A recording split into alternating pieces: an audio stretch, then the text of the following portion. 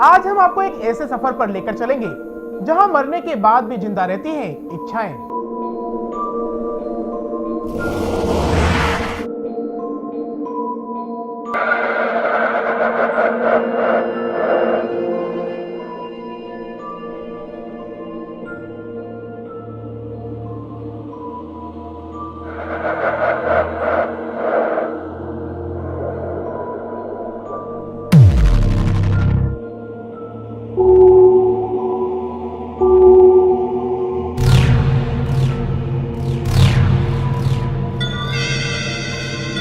बस्तर की कुछ परंपराएं जो आपको रहस्यमय संसार में पहुंचा देती हैं, वह अचंभित किए बगैर नहीं छोड़ती।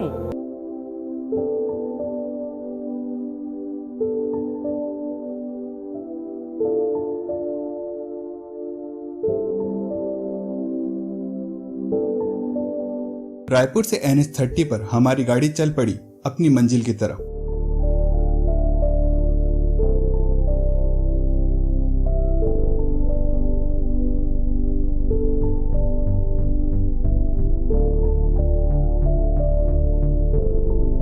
हालांकि हमारा सफर लंबा था, पर साथ ही वो नाम जिसको सुनते ही जहन में एक डर सा बैठ जाता है, वो है माओवाद यानी नक्सली।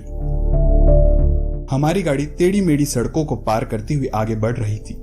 माओवाद का जिक्र छोड़ दें तो छत्तीसगढ़ का एक खूबसूरत भूभाग है बस्तर, जिसे प्रकृति ने हजारों नेमतें बख्शी है। यहाँ गोड़, मरिया, मुरिया, धुरवा व हबला जाति की बहुलता है।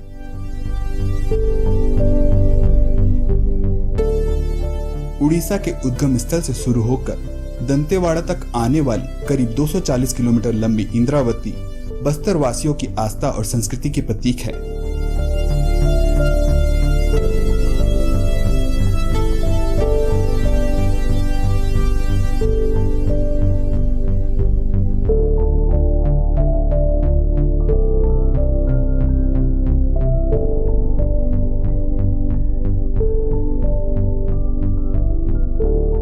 आदिवासी संस्कृति को लपेटे हुए बस्तर को छत्तीसगढ़ की सांस्कृतिक राजधानी कहना अतिशयोक्ति नहीं होगी।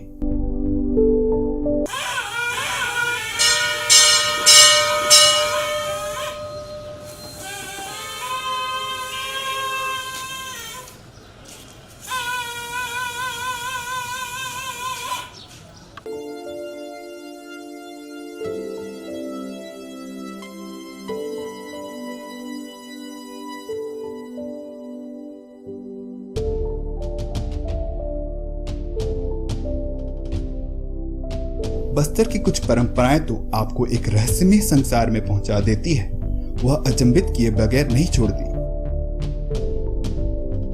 वनवासियों के तौर तरीके हमें सोचने पर मजबूर करते हैं कि चांद पर पहुंच चुकी इस दुनिया में और भी बहुत कुछ है जो सदियों पुराना है, अपने उसी मौलिक रूप में जीवित है। मिस्र के पिरामिड तो पूरी दुनिया का ध्यान खींचते हैं, दुनिया के 8 आश्चर्य में शामिल हैं, लेकिन बस्तर में भी कुछ कम अजूबे नहीं है। यहाँ भी एक ऐसी अनोखी परंपरा है जिसमें परिजन के मरने के बाद उसका स्मारक बनाया जाता है। भले ही वह मिस्र जैसा भव्य ना हो, लेकिन अनोखा जरूर होता है। इतना ही नहीं, कुछ कुछ स्थानों पर लंबे अरसे तक शुद्ध पानी भी भरकर रखा जाता है। इस परंपरा को मातृक स्तंभ के नाम से जाना जाता है। दक्षिण बस्तर में मारिया और मुरिया जनजाति में मृतक स्तंभ बनाने की प्रथा अधिक प्रचलित है। दक्षिण बस्तर में मारिया और मुरिया जनजाति में मृतक स्तंभ बनाने की प्रथा अधिक प्रचलित है। स्थानीय भाषा में इन्हें गुड़ी कहा जाता है। किसी की इच्छा रहती है जो कुछ करें, इस टाइप का जो कुछ कर सके, वो क्या है, उनकी इच्छा अधूरी रह जाती है, तो उनकी याद में थोड़ी सी उनकी याद के हिसाब से जो बना लेते हैं, उनके हिसाब से जो उनकी इच्छा पूरी हो ऊपर या नहीं हो वो तो बता नहीं सकते, लेकिन उनके हिसाब से बनाया जाती है, मृत्यु हो जाती है, तो उन्हीं की याद में ही बनाते हैं कि इन लोगों को दफनाया जाता है यहाँ जी। दफनाने के बाद जो उनकी याद में उसको देख देख के उनको वही सोचते कि यही है उनके जो परमात्मा का जो अंदर बसे हैं, जो उनका आत्मा, वही सोच के शायद उनको बनाए जाते हैं। ये परंपरा ही रीत ऐसी चलते हैं। जी जी।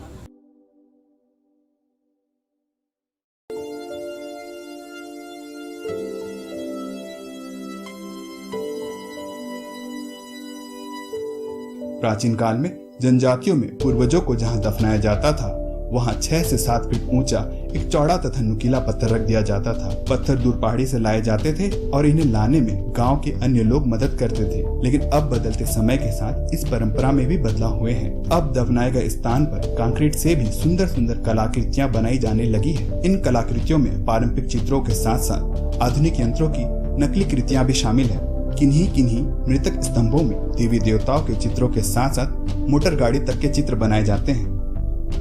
गौड़ जाति के लोग भी मृतक स्तंभ बनाते हैं, लेकिन इनकी खासियत यह है कि यह शवों को दफनाते नहीं, जलाते हैं।